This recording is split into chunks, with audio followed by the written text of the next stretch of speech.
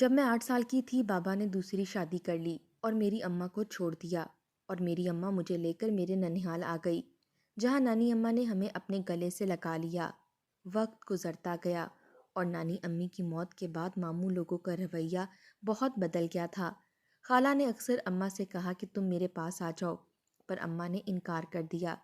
پر میری قسمت میں دکھ تھے، اپنوں سے بچھڑنا لکھا تھا۔ میری ماما کو ہارٹ اٹیک آ گیا جس سے ان کی موت ہو گئی۔ ڈاکٹرز نے کہا کہ اگر ان کو وقت پر لے آتے تو شاید ان کی جان بچ جاتی۔ اماں کی موت میرے لیے بہت بڑا صدمہ تھی۔ ماموں نے کہا خود کو کبھی اکیلا مت سمجھنا، ہم سب تمہارے ساتھ ہیں، پر مجھے کسی سے بھی کوئی بات نہیں کرنی تھی۔ خالہ کچھ دن رہیں، وہ چاہتی تھیں میں ان کے ساتھ چلوں۔ وہ مجھے اپنی بیٹی کی جیسے پیار کرتی تھیں اور کئی بار اماں سے کہہ چکی تھی کہ وہ سمرا کو اپنے گھر کی بہو بنائیں گی، اور اماں نے کہا تھا کہ آپا وقت آنے دیں، ایسے فیصلے اتنی جلدی نہیں کرنے چاہیے۔ اگر کل کو بچوں کی سوچ بدل گئی یا ایک دوسرے کو پسند نہ کیا تو بہت مسائل پیدا ہو سکتے ہیں۔ میں پہلے سے بھی زیادہ چپ رہنے لگی تھی۔ بابا اکثر ملنے آتے اور باتیں کرتے رہتے، پر وہ کبھی بھی میری ماں کو واپس نہیں لا سکتے تھے۔ بابا نے مجھ سے کہا کہ میں مانتا ہوں میں نے اچھا نہیں کیا، مجھے تمہیں اپنے پاس رکھنا چاہیے تھا، پر میں تب مجبور تھا۔ اب میں چاہتا ہوں میری بیٹی میرے ساتھ چلے اپنے گھر میں۔ اور میں نے اس دن بابا سے کہا دوبارہ کبھی مجھے اپنی بیٹی مت کہیے گا، میرا کوئی باپ نہیں ہے۔ آپ نے جو میری ماں کے ساتھ کیا میں بھولی نہیں ہوں، کبھی دوبارہ مجھ سے ملنے مت آئیے گا، مجھے نفرت ہے آپ سے۔ اماں کے جانے کے بعد مجھے سب سے نفرت محسوس ہوتی تھی۔ چھوٹی مامی کہتی اب کالج جانے لگی ہو، کل کو شادی بھی کرنی ہے تمہاری، خود تمہاری ماں تو مر گئی اور تمہیں ہمارے سروں پر تھوپ گئی، اس سال امتحان دے لو اور گھرداری سیکھ لو۔ میں نے کہا مامی میں پڑھنا چاہتی ہوں اور گھرداری میری ماں نے مجھے سکھائی ہے، اور رہی بات کالج جانے کی تو اس گھر میں میری ماں کا بھی حصہ ہے، اور ماما کو طلاق کے بعد جو حق مہر ملا تھا وہ لاکھوں روپے ماموں نے اپنے کاروبار کا کہہ کر لے لیے تھے، تو آپ کون سا بوجھ مجھے بنانا چاہ رہی ہیں؟ میں ان لڑکیوں میں سے نہیں ہوں جو روتی رہیں اور مار کھاتی رہیں۔ میری ماں نے مجھے بہادر بنایا ہے، حالات کا مقابلہ کرنا سکھایا ہے، اس لیے مجھے کبھی کمزور مت سمجھیے گا۔ اور مامی مجھے سر سے پیر تک گھورنے لگیں۔ ایک دن بڑی مامی نے مجھے کہا میری طبیعت کچھ ٹھیک نہیں ہے، تم کچن کا کام دیکھ لینا۔ انہوں نے اتنے پیار سے کہا تو مجھ سے انکار نہ ہوا۔ میں کھانا بنانے لگی اور اب یہ روز کا معمول بن گیا۔ میں گھر کے کام کرنے لگی، پر مامی کی طبیعت ٹھیک نہیں ہوتی تھی۔ جب ایک دن سوچا جا کر بات کرتی ہوں، میرے امتحان ہونے والے ہیں، مجھے تیاری کرنی ہے، اور مامی کسی اچھے ڈاکٹر سے جا کر چیک اپ کروائیں۔ اور جب میں ان کے کمرے کے قریب گئی تو کمرے سے ہنسنے کی آوازیں آ رہی تھیں۔ چھوٹی مامی نے کہا تم تو بہت سمجھدار نکلی، اگر میں اسے کہتی تو کبھی کسی کام کو ہاتھ نہ لگاتی، اب کیسے روز سارے کام کرتی ہے، تمہارا بھی جواب نہیں ہے۔ تو بڑی مامی نے کہا تم بس دیکھتی جاؤ، ایک دن اس لڑکی کو گھر سے باہر کروں گی، اور میں چپ چاپ وہاں سے واپس لوٹ آئی۔ مجھے رونا بھی آ رہا تھا، پر مجھے رونا نہیں تھا، اگر روتی تو مجھے اپنا آپ بہت کمزور لگتا۔ بڑی مامی کو کتنا اچھا سمجھا تھا، پر افسوس وہ بھی سب کے جیسی نکلیں، اور اس دن میں نے صرف اپنی پڑھائی پر توجہ دی تھی، کیونکہ میڈیکل کی پڑھائی آسان نہیں ہوتی۔ مجھے اپنی اماں کی بہت یاد آتی تھی، اکثر رات کو میں ڈر کر بیٹھ جاتی اور سوچتی میں کتنی بد نصیب ہوں جسے ایک رشتہ بھی مخلص نہیں ملا، اور جو مخلص تھے وہ مجھ سے ہمیشہ کے لیے دور چلے گئے۔ پتہ نہیں آنے والا کل میرے ساتھ کیا ہوگا، میری زندگی کیسے ہوگی، یا شاید قدم قدم پر مجھے دھوکے ہی ملیں گے۔ اور اس رات میں نے سوچ لیا تھا نہ کبھی کسی پر بھروسہ کروں گی اور نہ کسی سے رشتہ بناؤں گی۔ جب ایک دن خالہ میرے رشتے کو آئی تھیں وہ بہت خوش تھیں، پر مجھے خوش ہونا نہیں آتا تھا۔ مجھے تو خود بھی یاد نہیں تھا میں آخری بار کب ہنسی تھی۔ سب لوگ مجھے بد زبان بدتمیز کہتے تھے کیونکہ میں کسی کی بھی نہیں سنتی تھی۔ ماموں نے خالہ سے کہا آپا بات تو ٹھیک ہے، پر میں سمرا کو گھر میں ہی رکھنا چاہتا ہوں، ہماری مرحوم بہن کی نشانی ہے، اس نے بہت دکھ دیکھے ہیں اور میں نہیں چاہتا وہ گھر سے باہر جائے، مجھے اپنی بھانجی بہت پیاری ہے۔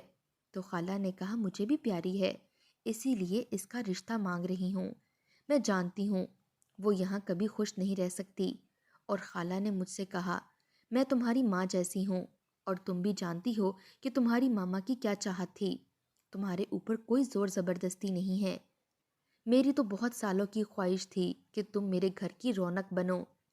میں نے کہا خالہ، یہاں سب مجھے بدتمیز، بد لحاظ اور پتہ نہیں کیا کیا کہتے ہیں۔ آپ تو سب کچھ جانتی ہیں، پھر بھی آپ میرا رشتہ مانگ رہی ہیں۔ تو خالہ نے کہا کیونکہ میں جانتی ہوں تم جو خود ظاہر کرتی ہو وہ سب کے سامنے بنتی ہو، تم بالکل ویسی نہیں ہو۔ تم میری بہن کی بیٹی ہو اور میرے ان ہاتھوں میں پلی بڑی ہو، اور مجھے پتہ ہے تم کب کس بات پر ہنستی ہو اور کس بات پر روتی ہو، اس لیے تمہیں مجھ سے کچھ بھی کہنے کی ضرورت نہیں ہے۔ جو خالہ ہوتی ہیں یہ تو دوسری ماں ہوتی ہے، اور میں تمہاری ماں بھی ہوں، دوست بھی، اور ساس بھی بننا چاہتی ہوں۔ اور میں مسکرائی تھی۔ میں نے خالہ سے وقت مانگا تھا اور خالہ نے کہا تھا میں اپنی بیٹی کا انتظار کروں گی، پر اس کے بعد گھر میں ایک تہلکہ مچ گیا۔ ماموں کی بیٹی نے کہا کہ وہ عامر سے شادی کرنا چاہتی ہے، آپ پھپھو سے بات کریں، میں اس سے محبت کرتی ہوں۔ اور پھر وہ مجھ سے لڑنے آ گئی، کہنے لگی ساری عمر میرے باپ کے پیسوں پر عیش کیا، اب کبھی میں تمہیں جیتنے نہیں دوں گی، میں ہر صورت عامر کو حاصل کر کے رہوں گی۔ اور میں نے اسے کہا جا کر اپنا شوق پورا کر لو، اور میں سکون سے سو گئی۔ عامر میری خالہ کا بیٹا تھا، اور میں نے نہ کبھی اس نگاہ سے دیکھا اور نہ مجھے اس سے محبت تھی، بلکہ میں نے تو سوچ لیا تھا میں کبھی کسی سے شادی نہیں کروں گی۔ میری زندگی میں جتنے بھی مرد تھے، میرے بابا، میرے چاچا، میرے ماموں، سبھی خود غرض اور مطلبی تھے۔ رشتوں کی اصلیت جان لینے کے بعد اب کسی اور شخص کو اپنی زندگی میں آنے دوں، یہ سوال ہی نہیں پیدا ہوتا تھا۔ خالہ نے مجھے کال کی، کلثوم گھر آئی تھی، وہ رو رہی تھی۔ اس نے کہا کہ وہ عامر سے شادی کرنا چاہتی ہے۔ مجھے بہت حیرت ہوئی، پہلے وہ کسی اور کو پسند کرتی تھی، تب اس لڑکے سے شادی کرنا چاہتی تھی، اب اس کو میرا بیٹا نظر آ رہا ہے۔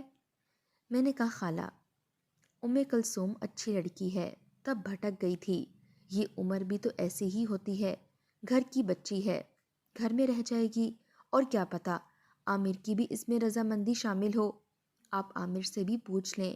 تو خالہ نے فون بند کر دیا، اور میں سوچنے لگی کیا زندگی میں محبت ضروری ہوتی ہے؟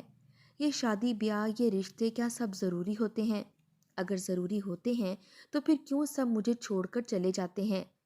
مجھے اپنے کسی سوال کا جواب نہیں مل رہا تھا، جب ایک دن مجھے عامر نے فون کیا۔ بہت سال پہلے اس کو دیکھا تھا اور بہت سال گزر گئے تھے اس سے بات ہوئی، تبھی اماں زندہ تھیں جب آخری بار عامر کو دیکھا تھا، تب میں اسکول میں پڑھتی تھی، اور عامر نے مجھ سے کہا تم خود کو کیا سمجھتی ہو، بہت سمجھدار ہو تم۔ میں نے کہا عامر بھائی کیا ہوا ہے، آج ایسے اچانک کال کی؟ تو عامر نے کہا خبردار، جو اب دوبارہ بھائی بولا تو۔ کیا کہا تم نے ماما سے؟ کہ عامر سے پوچھ لیں، کیا مرضی ہے اس کی؟ تو سوچا خود ہی بتا دوں تمہیں کہ تم میری مرضی ہو، جو اتنے سالوں سے میرے دل میں گھر کیے بیٹھی ہو۔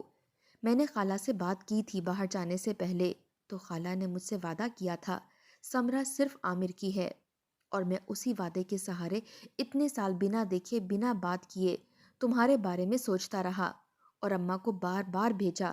تمہیں کیا لگا ہر بار اتنا ذلیل ہونے کے بعد اماں کیوں آتی ہیں تمہارے پاس؟ وہ جانتی ہیں کہ میں کیا چاہتا ہوں۔ اب تم نے سن لیا، اب سمجھ بھی لو تو بہتر ہے، رشتے کے لیے مان جاؤ اور مجھ سے شادی کر لو۔ وہ کہہ کر چپ ہو گیا، اس نے ایک بار بھی میری مرضی نہیں پوچھی تھی۔ میں نے فون بند کر دیا یہ کہہ کر کے تم سے شادی کروں، کوئی ایک وجہ بتا دو، یا پھر تم بھی مجھے چھوڑ دو گے کسی اور لڑکی کی خاطر، جیسے بابا نے چھوڑ دیا تھا ماما کو۔ اور عامر نے کہا تھا وہ بیٹھ کر ایک بار بات کرنا چاہتا ہے، اور میں نے فون رکھ دیا تھا، مجھے کوئی بھی رشتہ نہیں بنانا تھا۔ میرا آخری سال چل رہا تھا جب ماموں نے مجھے اپنے پاس بلوایا اور کہا سمرہ تم میری بھی بیٹی ہو، میں نے کبھی تم میں اور کلثوم میں کوئی فرق نہیں کیا۔ تمہاری خالہ بار بار مجھ سے سوال کرتی ہیں، ان کو لگتا ہے میں خود تمہاری شادی وہاں نہیں ہونے دینا چاہتا، اور دوسری طرف تمہاری مامی بھی چاہتی ہیں کہ تم اسی گھر میں رہ جاؤ،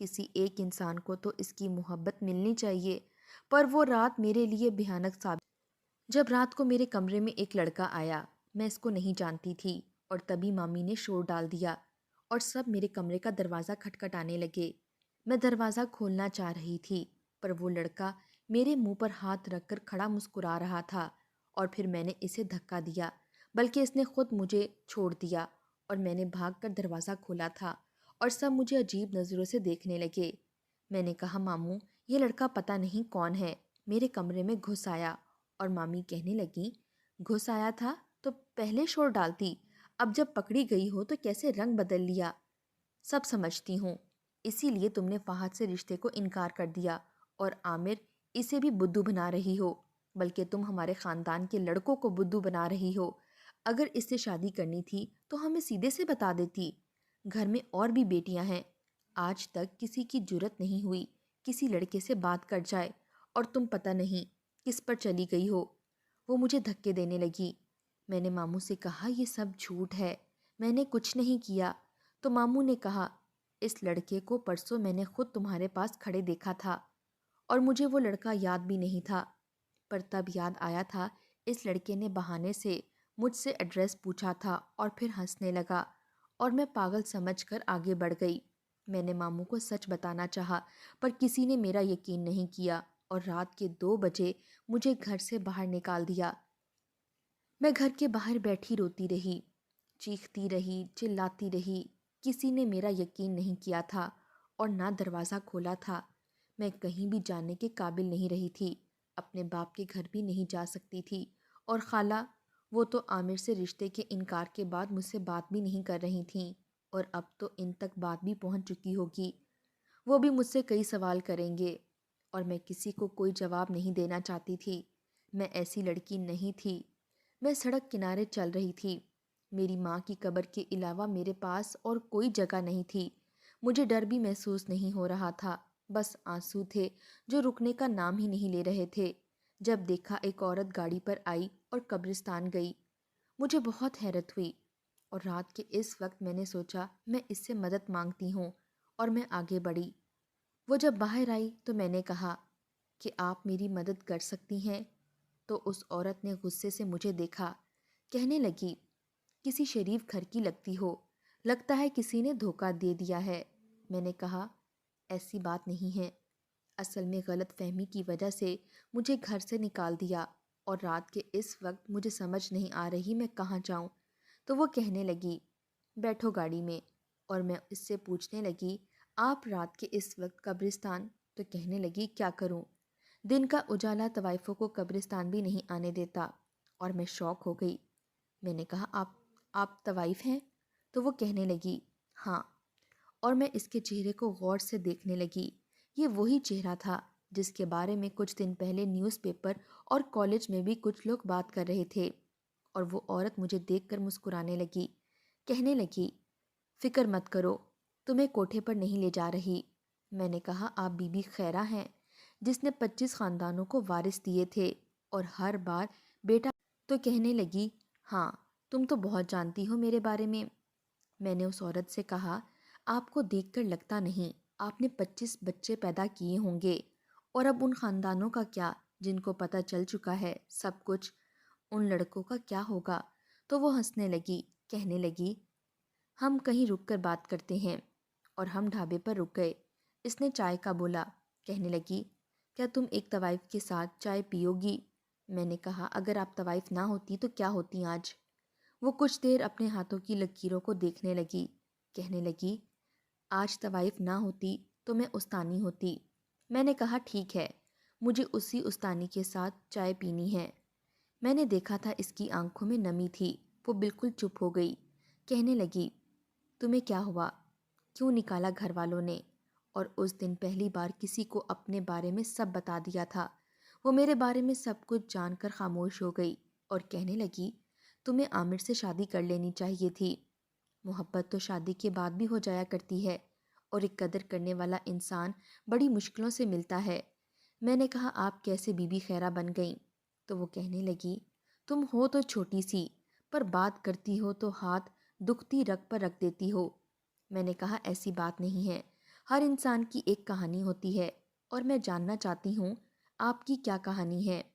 تو بی بی خیرہ نے کہا، جب میں چھوٹی تھی ہم 7 بہن بھائی تھے۔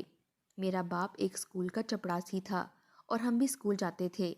میں سب بہن بھائیوں سے بڑی تھی اور اماں کی موت کے بعد کی ذمہ داری مجھ پر آ گئی اور ابا کو فالج ہوا اور وہ بستر سے لگ گئے۔ ہمارے گھر میں فاقے ہونے لگے۔ میرے بہن بھائی بھوک سے روتے۔ میں جس بھی رشتہ دار کے گھر جاتی کوئی بھی ہماری مدد نہ کرتا بلکہ دھتکار دیتا۔ غربت خود ایک سزا ہے۔ غریب لوگوں کے لیے میں تو 15 سال کی تھی اور ایک جگہ محنت مزدوری کرنے لگی جس سے گھر کا چولہا چل پڑا اور بھائی اسکول چھوڑ کر آوارہ گردی کرتے۔ میں بہت کہتی تم لوگ پڑھ لو تو وہ کہتے کیا کریں گے پڑھ لکھ کر جب نوکری ملنی ہی نہیں، اور پھر ایک دن وہ جوا کھیلتے ہوئے پکڑا گیا۔ میں تھانے گئی، ان لوگوں کی منتیں کیں اور بھائی کو گھر لے آئی۔ اب پولیس والا روز ہمارے گھر کے چکر لگاتا اور جب اسے پتہ چلا میں ایک جگہ کام کرتی ہوں وہاں آ گیا۔ مجھے اچھا نہیں لگا، بڑے لوگوں کو برداشت کرنا پڑے، اور پھر میں نے اپنا کام بدل لیا۔ میں کچھ گھروں میں صفائی کا کام کرتی اور پھر اپنی چائے کی چھوٹی سی دکان کھول لی جس پر دن بھر رش رہتا۔ کچھ لوگ چائے پینے آتے اور کچھ لوگ مجھ پر جملہ کسنے۔ پر جب عورت کمانے نکلتی ہے تو وہ اپنے کام سے کام رکھتی ہے۔ میں نے اپنی بہن کی شادی کر دی اور بھائی اپنی مرضی سے شادی کر آیا۔ ابا کی موت ہو گئی، پر مرتے وقت ابا نے مجھ سے وعدہ لیا تھا اپنے بہن بھائیوں کا خیال رکھنا اور مجھے سب کا خیال رکھنا تھا۔ میں نے بھائی سے کہا اب بچے نہیں رہے، شادی شدہ مرد ہو، جا کر کماؤ، اپنی بیوی کو بھی کھلاؤ۔ میں کب تک تم لوگوں کی ذمہ داریاں اٹھاتی رہوں گی؟ مجھے بھی تو شادی کرنی ہے، اپنا گھر بسانا ہے۔ اور وہ مجھے برا بھلا کہہ کر چلا گیا اور پھر چوری کرتے ہوئے پکڑا گیا۔ اور جب اس کے پیچھے تھانے گئی تو پتہ چلا اس نے ایک آدمی کو مار بھی دیا ہے، اور وہ تھانے دار مجھے کہنے لگا اس کو پھانسی ہوگی، کوئی نہیں بچا سکتا۔ میں اس کے پاؤں پڑ گئی، اس سے کہا صاحب میرے بھائی کو چھوڑ دیں، اس سے غلطی ہو گئی۔ تو وہ مجھے چپ کروانے لگا۔ اس نے کہا تم کہتی ہو تو چھوڑ دیتا ہوں، تم یہ جوس پیو۔ میں تب تک کچھ سوچتا ہوں اور تب پریشانی میں جوس جس کو پینے کے بعد میں گہری نیند میں چلی گئی، اور جب ہوش آیا تو میں کسی کوٹھے پر تھی اور وہ پولیس والا میری عزت تار تار کر کے جا چکا تھا۔ میں وہاں سے بھاگنا چاہتی تھی پر کسی نے ایک نہ سنی، اور وہاں موجود بائی نے کہا اب کیا فائدہ، اب تو تمہارے پاس عزت بھی نہیں رہی، کیا کرو گی باہر جا کر؟ تمہارے تو بھائی نے خود پیسوں کی خاطر تمہیں اس تھانے دار کے حوالے کیا ہے۔ اور میں پھوٹ پھوٹ کر روتی رہی، کبھی وہاں سے بھاگ نہیں سکی۔ جب ایک دن پتا چلا کہ میں تو ماں بننے والی ہوں اور اس گناہ کا باپ وہی تھانے دار ہے تو بائی بہت خوش ہوئی، کہنے لگی اگر بیٹی ہوئی تو ہم رکھ لیں گے، اگر بیٹا ہوا تو آگے کسی کو بیچ دیں گے۔ مجھے خود سے بھی گھن آنے لگی تھی۔ میں نے مرنے کی بھی کوشش کی پر ہر بار بچ جاتی اور پھر میں اسی ماحول کا حصہ بن گئی۔ میں نے خود اس تھانے دار کو جان سے مار دیا تھا اور بائی کے مرنے کے بعد کوٹھا میں نے سنبھالا تھا۔ میرے بہن بھائیوں میں سے کسی نے مجھ سے کوئی رابطہ نہیں کیا، اور جس بھائی نے مجھے بیچا تھا وہ خود کوٹھے سے بیوی لے کر گیا تھا جو واپس آ چکی تھی اور بھائی کو جیل ہو چکی تھی، پر مجھے کسی کی کوئی پرواہ نہیں تھی۔ پھر میرے پاس ایک شخص آیا، اس نے مجھے کہا مجھے بیٹا چاہیے، میری بیوی بیٹیاں پیدا کرتی ہے۔ میں نے کہا میں بیٹا پیدا کر سکتی ہوں، اور سروگیسی کے ذریعے میں نے پھر سے بیٹا پیدا کیا، اور ایسے ہی یہ سلسلہ چلتا گیا۔ پر 2 بیٹوں کے بعد میں نے کبھی کوئی بیٹا پیدا نہیں کیا، بلکہ کوٹھے میں موجود طوائفیں جن کی کوکھ میں شریف لوگ اپنے گناہ ڈال جاتے ہیں، ان میں سے جو بیٹا پیدا ہوتا ان کو خفیہ طور پر ان لوگوں کو دے دیا جاتا۔ بیوی بھی وہ بچہ رکھ لیتی، اگر نہ رکھتی تو شوہر دوسری شادی کی دھمکی دیتا۔ اس ڈر سے وہ خوش تھی کہ چلو کسی کے ذریعے بیٹا پیدا ہوا ہے تو ہمارا بیٹا۔ اور پھر دیکھتے ہی دیکھتے میں نے 25 خاندانوں کو بیٹے دیے تھے۔ کوئی نہیں جانتا کہ وہ سب کس کی کوکھ سے پیدا ہوئے۔ کچھ بچے ہمیں کوڑے کے ڈھیر سے ملتے تھے، خاندان والوں کو بیٹے چاہیے تھے اور ہمیں پیسہ۔ لڑکیوں کو ہم اپنے پاس رکھتے، ان کی تربیت کرتے۔ جو کوٹھے پہ رہنا چاہتی تھی رہتی رہی، اور جو جانا چاہتی تھی جانے دیتے۔ صرف میرے کوٹھے کا اصول تھا، میں کبھی کسی کو زبردستی طوائف نہیں بناتی تھی، اور کچھ لڑکیاں جو چلی جاتیں وہ واپس لوٹ آتی تھیں کیونکہ ان کو باہر کی دنیا قبول نہیں کرتی تھی۔ ہم لوگ تو بس مردوں کا دل بہلانے کے لیے ہوتی ہیں، یا پھر سروگیسی کے ذریعے بچہ پیدا کرنے کے لیے، جس کی وجہ سے اکثر پیسے والے رات کے اندھیرے میں آ کر لاکھوں دے جاتے ہیں۔ وہ ہمیں لوٹتے ہیں اور ہم نے ان کو لوٹنا شروع کر لیا۔ جبکہ میں نے وہ بیٹے پیدا نہیں کیے تھے، بس میرا نام مشہور ہو گیا کہ ہر دفعہ میں بیٹا پیدا کرتی ہوں۔ اور آخر میں وہ ہنسنے لگی اور پھر وہ رونے لگی، کہنے لگی ایک حادثے نے میری زندگی تباہ کر کے رکھ دی۔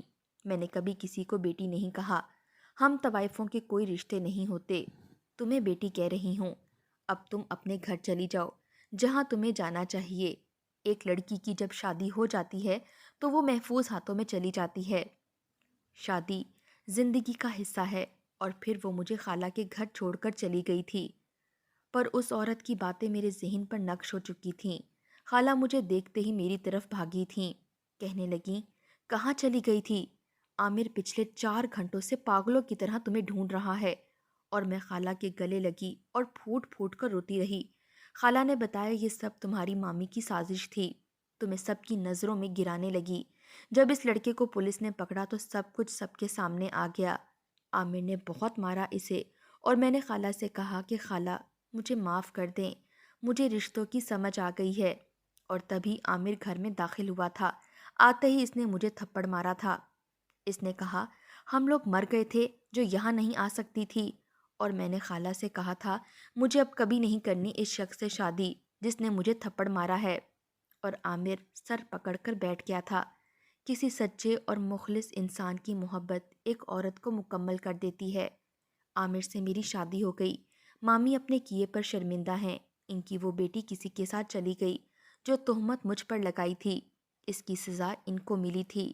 آج میں اپنے شوہر عامر کے ساتھ بہت خوش ہوں، پر آج بھی بی بی خیرہ یاد آتی ہے تو سوچتی ہوں نہ جانے ایسی کتنی لڑکیاں ہوں گی جن کو کوئی جوے میں ہار جاتا ہوگا، کوئی محبت میں دھوکہ دے کر کوٹھے پر چھوڑ جاتا ہوگا۔ پتہ نہیں کب وقت بدلے گا اور جب ایک شریف گھر کی لڑکی طوائف بننے سے بچ جائے